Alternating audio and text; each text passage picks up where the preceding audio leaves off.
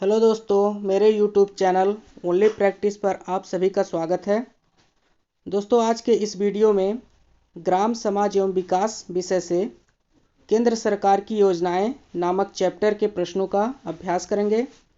और दोस्तों, इस चैप्टर का यह सेकंड पार्ट है। आपने यदि इस चैप्टर का पहला पार्ट नहीं देखा है तो प्लेलिस्ट में जाकर वीडियो देख सकते हैं।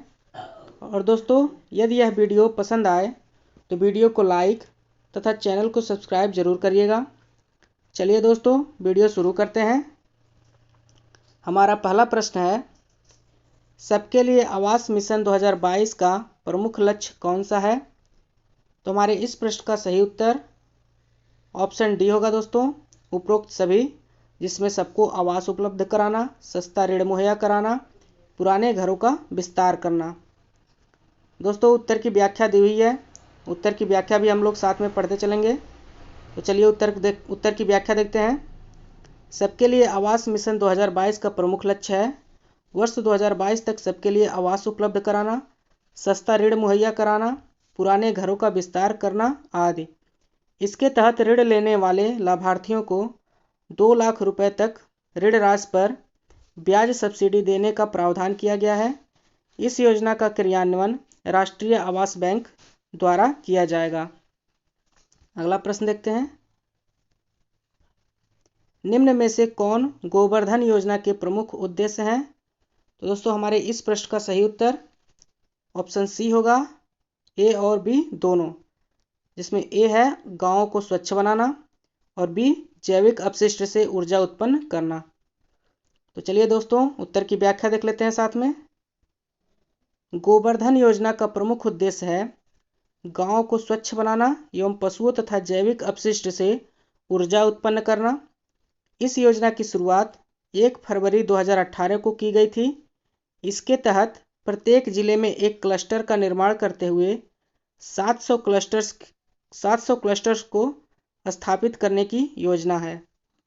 अगला प्रश्न देखते हैं, निम्न में से कौन सा कथन गोवर्धन योजना के संबंध में सही नहीं है? तो नहीं वर्ड को ध्यान रखिएगा दोस्तों। तो हमारे इस प्रश्न का सही उत्तर ऑप्शन डी होगा, इस योजना का प्रमुख उद्देश्य कृषि उत्पादकता को बढ़ावा देकर आय बढ़ाना है। चलिए दोस्तों, उत्तर की व्याख्या देख लेते हैं। गोवर्धन योजना के संबंध में दिया गया विकल्प डी गलत है। इसका प्रमुख उद्देश्य है गांव को स्वच्छ बनाना तथा जैविक अपशिष्टों से ऊर्जा उत्पन्न करना तथा अतिरिक्त आय बढ़ाना। इसके तहत ऊर्जा मूल्य श्रृंखला के सभी श्रेणियों में बड़े पैमाने पर परिचालनों को शामिल करते हुए विभिन्न प्रकार के व्यवसाय मॉडल का विकास किया जा रहा है। अगला प्रश्न देखते हैं, भारत नेट योजना के प्रथम चरण के तहत कितने ग्राम पंचायतों को ब्रॉडबैंड से जोड़ा गया? तो हमारे इस प्रश्न का सही उत्तर ऑप्शन ए होगा दोस्तों, 1 लाख ग्राम को ब्रॉडबैंड सेवा से जोड़ा गया है। उत्तर की व्याख्या देख लेते हैं दोस्तों। भारत सरकार ने ऑप्टिकल फाइबर से सभी गांवों को जोड़कर उच्च गति के ब्रॉडबैंड कनेक्शन से जोड़ने, हाई स्पीड ब्रॉड सेवा उपलब्ध कराने हेतु वर्ष 2017 में भारत नेट परियोजना का दूसरा चरण प्रारंभ किया। इसके प्रथम चरण के तहत दिसंबर 2017 तक देश 1 लाख ग्राम पंचायतों को ब्रॉडबैंड से जोड़ा गया। दूसरे चरण के तहत 1.5 लाख गाँव को जोड़ा जाना था, जिसमें काफ़ी सफलता प्राप्त भी कर ली गई है और कुछ जारी है। इसका तीसरा चरण भी प्रारंभ किया गया है, जिसकी अवधि 2019 से 2023 तक है। अगला प्रश्न देखते हैं दोस्तों, भारत नेट परियोजना के तीसरे चरण की अवधि क्या है? तो हम लोगों ने अभी ऊपर देखा है दोस्तों, तीसरा चरण यहाँ दिया हुआ है 2019 से 2023 तक। तो हमारे इस प्रश्न का सही उत्तर ऑप्शन बी होगा दोस्तों, 2019 से 2023 तक। अगला प्रश्न देखते हैं, निम्न में से कौन सा आत्मनिर्भर भारत अभियान के संबंध में सही नहीं है? तो हमारे इस प्रश्न का सही उत्तर ऑप्शन ए होगा दोस्तों, इसकी घोषणा वित्त मंत्री निर्मला सीतारमण ने की। उत्तर की व्याख्या देख लेते हैं। आत्मनिर्भर भारत अभियान की घोषणा प्रधानमंत्री नरेंद्र मोदी ने 12 मई 2020 को की। इसमें इन्होंने वोकल फॉर लोकल का आह्वान किया। इसके साथ ही 20 लाख करोड़ रुपए की आर्थिक पैकेज की घोषणा भी की। इससे स्थानीय उत्पादों को बढ़ावा मिलेगा। आत्मनिर्भर भारत के 5 स्तंभ हैं, जिनमें अर्थव्यवस्था, अवसंरचना, प्रौद्योगिकी, गतिशील जनसांख्यिकी तथा मांग प्रमुख हैं। ये 5 स्तंभ याद रखिएगा दोस्तों। अगला प्रश्न देखते हैं। आत्मनिर्भर भारत अभियान के 5 स्तंभों में कौन शामिल नहीं है? देखिए दोस्तों, अभी ऊपर हम लोगों ने पढ़ा है और नीचे प्रश्न में आ गया। तो हमारे इस प्रश्न का सही उत्तर ऑप्शन बी होगा दोस्तों, बैंकिंग विकास, क्योंकि 5 जो स्तंभ है इनमें यह बैंकिंग विकास नहीं है। उत्तर की व्याख्या देख लेते हैं। आत्मनिर्भर भारत अभियान के 5 स्तंभों में बैंकिंग विकास शामिल नहीं है, जबकि अर्थव्यवस्था, अवसंरचना, मांग तथा प्रौद्योगिकी व गतिशील जनसांख्यिकी इन 5 स्तंभों में शामिल है। अगला प्रश्न है दोस्तों, खाद्यान्न बैंक योजना जिसकी स्थापना वर्ष 2002 में की गई थी, इसके तहत किस स्तर पर खाद्यान्न बैंक खोलने का प्रावधान किया गया था? तो हमारे इस प्रश्न का सही उत्तर ऑप्शन सी है, पंचायत स्तर। उत्तर की व्याख्या देखते हैं। खाद्यान्न बैंक योजना जिसकी स्थापना वर्ष 2002 में की गई थी, इसके तहत पंचायत स्तर पर खाद्यान्न बैंक खोलने का प्रावधान किया गया था। यह ग्राम विकास को बढ़ावा देने, ग्रामीण आवश्यकताओं की पूर्ति के लिए प्रतिबद्ध था। अगला प्रश्न देखते हैं। गांव को बीमा से जोड़ने के लिए किस वर्ष संपूर्ण बीमा ग्राम योजना को शुरू किया गया था? तो हमारे इस प्रश्न का सही उत्तर ऑप्शन बी होगा दोस्तों, वर्ष 2017। उत्तर की व्याख्या देख लेते हैं। गांव को बीमा से जोड़ने हेतु वर्ष 2017 में संपूर्ण बीमा ग्राम योजना को प्रारंभ किया गया था। इस योजना के तहत देश के हर राजस्व जिले में कम से कम एक गांव का चयन करने का प्रावधान है, जिसमें कम से कम 100 घर हों। प्रत्येक घर में कम से कम एक ग्रामीण पोस्टल जीवन बीमा पॉलिसी देने का प्रावधान है। अगला प्रश्न देखते हैं। वित्तीय समावेशन के उद्देश्य से लागू की जाने वाली जनधन योजना जिसकी घोषणा प्रधानमंत्री ने स्वतंत्रता दिवस पर वर्ष 2014 को की थी, आधिकारिक तौर पर कब प्रारंभ की गई? तो हमारे इस प्रश्न का सही उत्तर ऑप्शन डी होगा दोस्तों, 28 अगस्त 2014 को। उत्तर की व्याख्या देख लेते हैं। वित्तीय समावेशन के उद्देश्य से जनधन योजना की शुरुआत प्रधानमंत्री नरेंद्र मोदी ने 28 अगस्त 2014 को प्रारंभ की, जिसका उद्देश्य है देश के सभी लोगों को बैंकिंग सुविधा प्रदान करना तथा प्रत्येक परिवार का बैंक में खाता खोलना। ओरिएंटल बैंक ऑफ कॉमर्स द्वारा इस दिशा में ओरिएंटल ग्रामीण जमा योजना की शुरुआत की गई है। अगला प्रश्न देखते हैं। वर्ष 1992 में स्वयं सहायता बैंक संपर्क कार्यक्रम किसके द्वारा शुरू किया गया था? तो हमारे इस प्रश्न का सही उत्तर ऑप्शन ए होगा दोस्तों, आरबीआई के द्वारा। उत्तर की व्याख्या देखते हैं। वर्ष 1992 में स्वयं सहायता बैंक संपर्क कार्यक्रम देश के शीर्ष केंद्रीय बैंक आरबीआई द्वारा शुरू किया गया। यह स्वयं सहायता समूहों को बैंक से जोड़ता है। इसकी सफलता को देखते हुए तथा इस स्थिति को बनाए रखने हेतु वित्तीय समावेशन को आवश्यक बताया गया। वर्तमान में जन धन योजना इसका प्रमुख उदाहरण है, जो वित्तीय समावेशन की दिशा में महत्वपूर्ण पहल है। अगला प्रश्न देखते हैं। ग्रामीण रोजगार कार्यक्रम अधिकतम कितनी राशि बैंक ऋण उपलब्ध कराने का प्रावधान किया गया है? तो हमारे इस प्रश्न का सही उत्तर दोस्तों ऑप्शन डी होगा, 25 लाख रुपए। उत्तर की व्याख्या देख लेते हैं। ग्रामीण रोजगार सृजन कार्यक्रम की शुरुआत वर्ष 1995 में की गई। इसका प्रमुख उद्देश्य ग्रामीण इलाकों तथा छोटे शहरों में स्वरोजगार के अवसर पैदा करना है।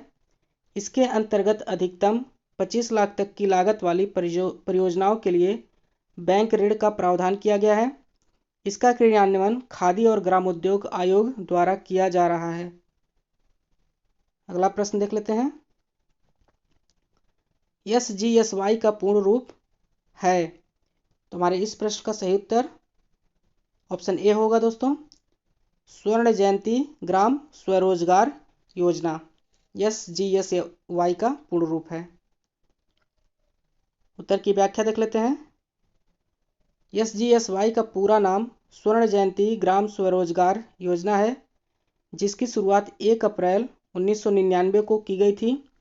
इसका मुख्य उद्देश्य लोगों को स्वरोजगार प्रदान करना, ग्रामीण विकास को प्रोत्साहित करना आदि है। इस योजना का वर्ष 2009 में नाम बदलकर राष्ट्रीय ग्रामीण आजीविका विकास मिशन कर दिया गया। अगला प्रश्न देखते हैं। अन्नपूर्णा योजना का प्रारंभ कब किया गया था? तो हमारे इस प्रश्न का सही उत्तर ऑप्शन बी होगा दोस्तों, वर्ष 2000 में। चलिए उत्तर की व्याख्या देख लेते हैं। अन्नपूर्णा योजना का प्रारंभ 1 अप्रैल 2000, दोस्तों यहाँ 2020 लिखा हुआ है, लेकिन ये गलत हो गया, प्रिंटिंग मिस्टेक है, ये 2000 होगा। तो अन्नपूर्णा योजना का प्रारंभ 1 अप्रैल सन 2000 से किया गया था। इस योजना के अंतर्गत पात्र वरिष्ठ नागरिकों को प्रति माह 10 किलोग्राम अनाज निःशुल्क उपलब्ध कराने का प्रावधान है। इसे वर्ष 2002 से 2003 में राज्यों को अंतरित कर दी गई। अगला प्रश्न देखते हैं। अंत्योदय अन्न योजना AAY के अंतर्गत निर्धन परिवारों को प्रति परिवार प्रति माह कितना अनाज उपलब्ध कराया जाता है? तो हमारे इस प्रश्न का सही उत्तर दोस्तों ऑप्शन ए होगा, 35 किलोग्राम। उत्तर की व्याख्या देख लेते हैं। अंत्योदय अन्न योजना के अंतर्गत निर्धन परिवारों को प्रति माह 35 किलोग्राम अनाज उपलब्ध कराया जाता है। इस योजना में 1 अगस्त 2004 को 50 लाख और BPL परिवार को जोड़कर विस्तार किया गया। प्रारंभ में इसके तहत 25 किलोग्राम अनाज उपलब्ध कराया जाता था। अगला प्रश्न देखते हैं। काम के बदले अनाज कार्यक्रम का शुभारंभ किस वर्ष किया गया था? तो हमारे इस प्रश्न का सही उत्तर ऑप्शन ए होगा दोस्तों, सन 2004 में। और दोस्तों इसका एक्चुअल डेट है 14 नवंबर, इसे याद रख लीजिएगा, ये महत्वपूर्ण प्रश्न भी है। 14 नवंबर 2004 है दोस्तों। और दोस्तों यह 10वीं पंचवर्षीय योजना में शुरू की गई थी, 10वीं पंचवर्षीय योजना में। और यह सर्वप्रथम आंध्र प्रदेश से शुरू की गई थी दोस्तों, इसे भी याद रखिएगा, आंध्र प्रदेश राज्य से। और इसको शुरू करने वाले जो प्रधानमंत्री थे वो डॉक्टर मनमोहन सिंह थे दोस्तों, इन्हें भी याद रखिएगा। इस प्रश्न के बारे में इतना फैक्ट याद रखिएगा दोस्तों। चलिए उत्तर की व्याख्या देख लेते हैं। काम के बदले अनाज कार्यक्रम की शुरुआत 14 नवंबर सन 2004 में ग्रामीण विकास मंत्रालय और राज्य सरकारों के परामर्श से योजना आयोग द्वारा की गई थी। इसके तहत काम के बदले अनाज देने का प्रावधान किया गया। इसका उद्देश्य देश के सर्वाधिक पिछड़े 150 जिलों में संपूर्ण ग्रामीण रोजगार योजना के अलावा अतिरिक्त संसाधन की उपलब्धता सुनिश्चित करना है। अगला प्रश्न देखते हैं। NREGP का पूर्ण रूप क्या है? तो हमारे इस प्रश्न का सही उत्तर दोस्तों ऑप्शन सी होगा, राष्ट्रीय ग्रामीण रोजगार गारंटी कार्यक्रम। और अंग्रेजी में इसका फुल फॉर्म दोस्तों national rural employment guarantee programme होगा, इसे भी याद रखिएगा। और इसके बारे में और थोड़ा सा जान लेते हैं दोस्तों। यह सबसे पहले दोस्तों देश के 200 जिलों में शुरू की गई थी, जिसे हम नरेगा कहते हैं। और सबसे पहले यह आंध्र प्रदेश के अनंतपुर जिले से प्रारंभ की गई थी। और दोस्तों नरेगा को पूर्ण रूप से देश में 1 अप्रैल 2008 से लागू किया गया था। और दोस्तों नरेगा में ही काम के बदले अनाज योजना, जो अभी हम लोगों ने ऊपर पढ़ा है, और संपूर्ण ग्रामीण रोजगार योजना का विलय कर दिया गया था। इस उत्तर की व्याख्या देख लेते हैं दोस्तों।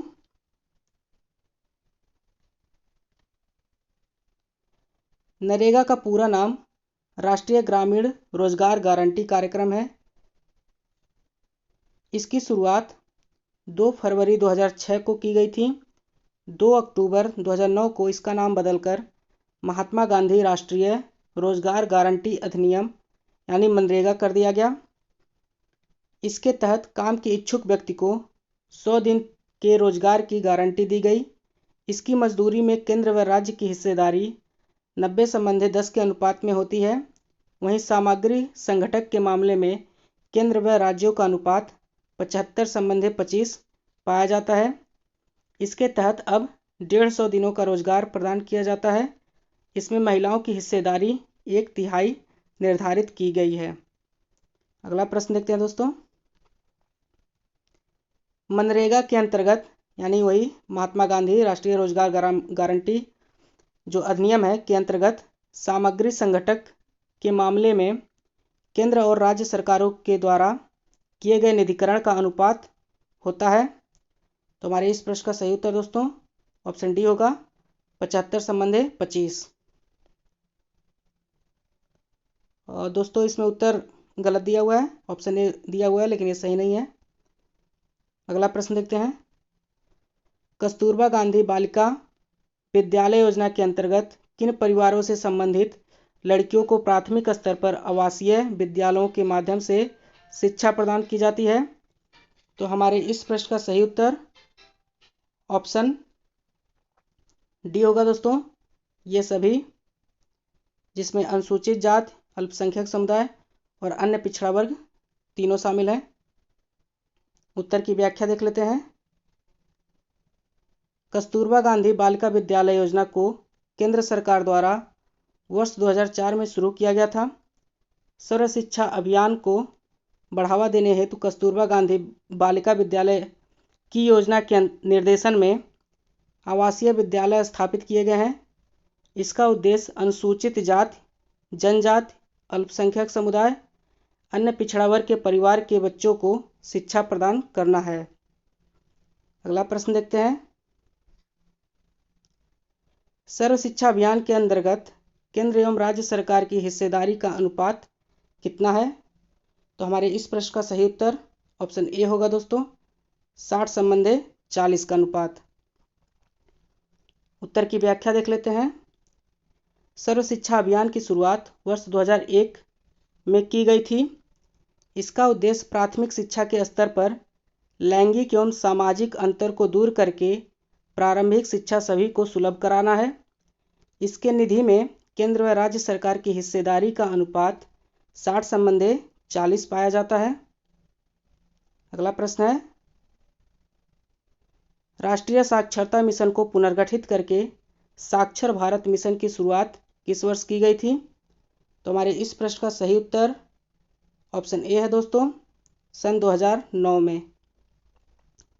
उत्तर की व्याख्या देख लेते हैं। राष्ट्रीय साक्षरता मिशन को पुनर्गठित करके 8 दिसंबर 2009 को इसकी शुरुआत की गई। इस मिशन का उद्देश्य शिक्षा के क्षेत्र में लिंग असमानता को दूर करना है। इसमें 85% महिलाएं तथा कुल लक्ष्य का 50% अनुसूचित जाति, जनजाति, अल्पसंख्यक समुदायों के लिए आरक्षित किया गया है। अगला प्रश्न देखते हैं। राष्ट्रीय माध्यमिक शिक्षा अभियान का निम्न में से एक कौन सा उद्देश्य है? तो हमारे इस प्रश्न का सही उत्तर ऑप्शन डी होगा दोस्तों उपरोक्त सभी, जिसमें शामिल है शिक्षा की गुणवत्ता में सुधार करना, लिंग असमानता को दूर करना, सामाजिक एवं आर्थिक अवरोधों को दूर करना। चलिए दोस्तों उत्तर की व्याख्या देख लेते हैं। राष्ट्रीय माध्यमिक शिक्षा अभियान की शुरुआत मार्च 2009 में की गई। इस योजना का उद्देश्य एक निश्चित दूरी पर माध्यमिक विद्यालयों की स्थापना करना, शिक्षा गुणवत्ता में सुधार करना, लिंग असमानता को दूर करना एवं सामाजिक, आर्थिक और असक्तता अवरोधों को दूर करना आदि है। इसके क्रियान्वयन में केंद्र व राज्यों की हिस्सेदारी का अनुपात 50:50 पाया जाता है। अगला प्रश्न देख लेते हैं। दीनदयाल उपाध्याय अंत्योदय योजना क्रियान्वयन किस मंत्रालय के अंतर्गत किया जाता है? तो हमारे इस प्रश्न का सही उत्तर ऑप्शन ए होगा दोस्तों, केंद्रीय आवास एवं शहरी उन्मूलन मंत्रालय। उत्तर की व्याख्या देख लेते हैं। दीनदयाल उपाध्याय अंत्योदय योजना की शुरुआत 25 सितंबर 2014 को की गई। इसकी शुरुआत ग्रामीण तथा शहरी जीवन स्तर में सुधार हेतु की गई। इसका क्रियान्वयन केंद्रीय आवास एवं शहरी गरीबी उन्मूलन मंत्रालय द्वारा किया जाता है। अगला प्रश्न है, कौशल ऋण योजना के अंतर्गत युवाओं को कितनी राशि उपलब्ध कराए जाने का प्रावधान है? तो हमारे इस प्रश्न का सही उत्तर ऑप्शन ए होगा दोस्तों, 5,000 से लेके 1.5 लाख रुपए तक। उत्तर की व्याख्या देख लेते हैं। प्रधानमंत्री नरेंद्र मोदी ने 15 जुलाई 2015 को कौशल ऋण योजना की शुरुआत की। इसके अंतर्गत देश के 34 लाख युवाओं को अगले 5 वर्ष में कौशल विकास कार्यक्रम में भाग लेने वाले युवाओं को 5,000 से लेकर 1.5 लाख रुपए उपलब्ध कराए जाने का प्रावधान किया गया है। अगला प्रश्न देखते हैं दोस्तों। प्रधानमंत्री नरेंद्र मोदी द्वारा वर्ष 2015 में देश के किस राज्य से बेटी बचाओ बेटी पढ़ाओ योजना का शुभारंभ किया गया? तो हमारे इस प्रश्न का सही उत्तर दोस्तों ऑप्शन बी होगा, हरियाणा राज्य।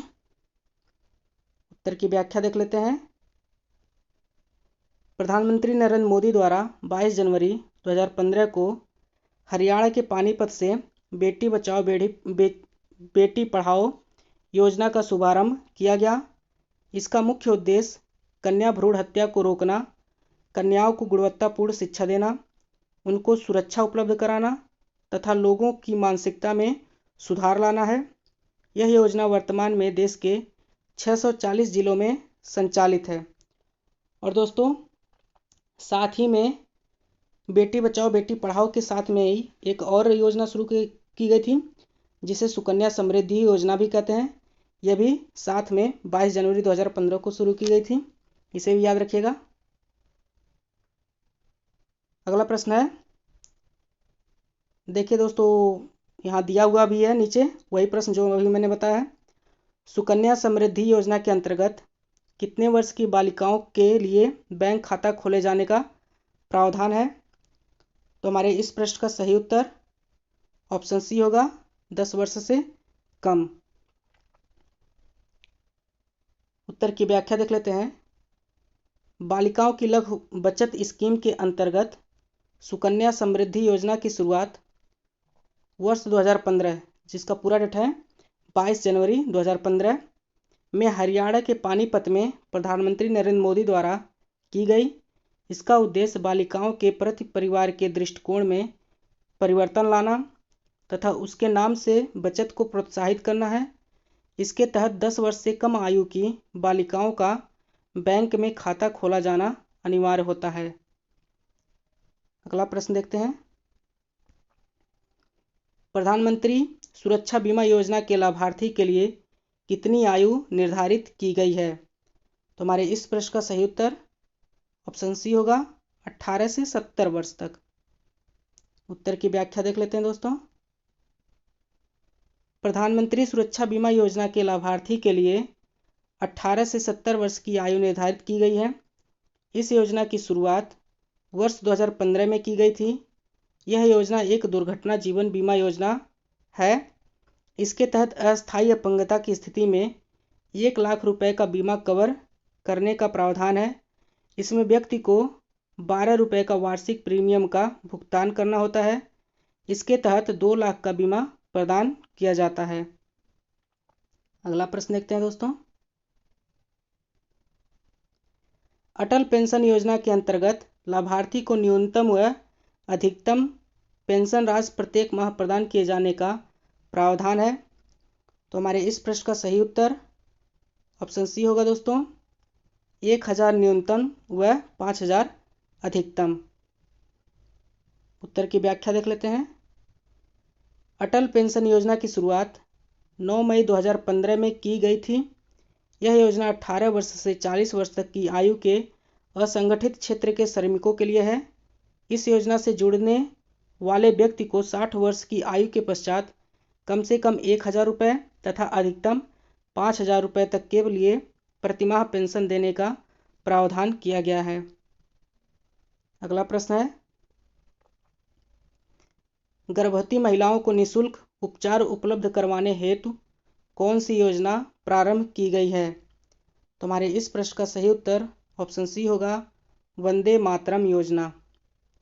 चलिए दोस्तों, उत्तर की व्याख्या देख लेते हैं।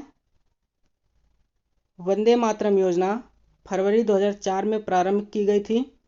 इसका मुख्य उद्देश्य गर्भवती महिलाओं को निःशुल्क उपचार उपलब्ध कराना है। इस योजना के तहत प्रत्येक माह की 9 तारीख को महिलाओं की जांच की जाती है। हमारा अगला प्रश्न है, स्वच्छ भारत अभियान के अंतर्गत वर्ष 2019 ग्रामीण भारत में कितने शौचालय बनाने का लक्ष्य है? तो हमारे इस प्रश्न का सही उत्तर ऑप्शन ए होगा दोस्तों, 120 मिलियन। उत्तर की व्याख्या देख लेते हैं। भारत में स्वच्छ भारत मिशन ग्रामीण की शुरुआत 2 अक्टूबर 2014 को की गई। इसके तहत वर्ष 2019 तक ग्रामीण भारत में 120 मिलियन शौचालय निर्माण का लक्ष्य रखा गया था, जबकि 10 करोड़ अर्थात 100 मिलियन से अधिक शौचालय का निर्माण किया गया। इसका मुख्य उद्देश्य था ग्रामों को खुले में शौच से मुक्त करना, जिसे वर्ष 2019 में घोषित भी कर दिया गया। इस मिशन ने सकारात्मक पहल की और उपलब्धि भी हासिल की है। राज्यों ने इसमें महत्वपूर्ण भूमिका निभाई। देश के सबसे बड़े राज्य, जो कि जनसंख्या की दृष्टि से दोस्तों सबसे बड़ा राज्य है और क्षेत्रफल की दृष्टि से राजस्थान हमारे देश का सबसे बड़ा राज्य है, तो देश के सबसे बड़े राज्य उत्तर प्रदेश ने तो इसके लिए 685 करोड़ रुपए का बजटीय प्रावधान वर्ष 2014 में किया था। और दोस्तों, यह प्रश्न हमारे वीडियो का अंतिम प्रश्न था और शेष बचे प्रश्नों को दोस्तों अगले वीडियो में पूरा कर लिया जाएगा। और दोस्तों, यदि वीडियो पसंद आया हो तो वीडियो को लाइक और चैनल को सब्सक्राइब जरूर कर लीजिएगा दोस्तों। पूरा वीडियो देखने के लिए दोस्तों धन्यवाद।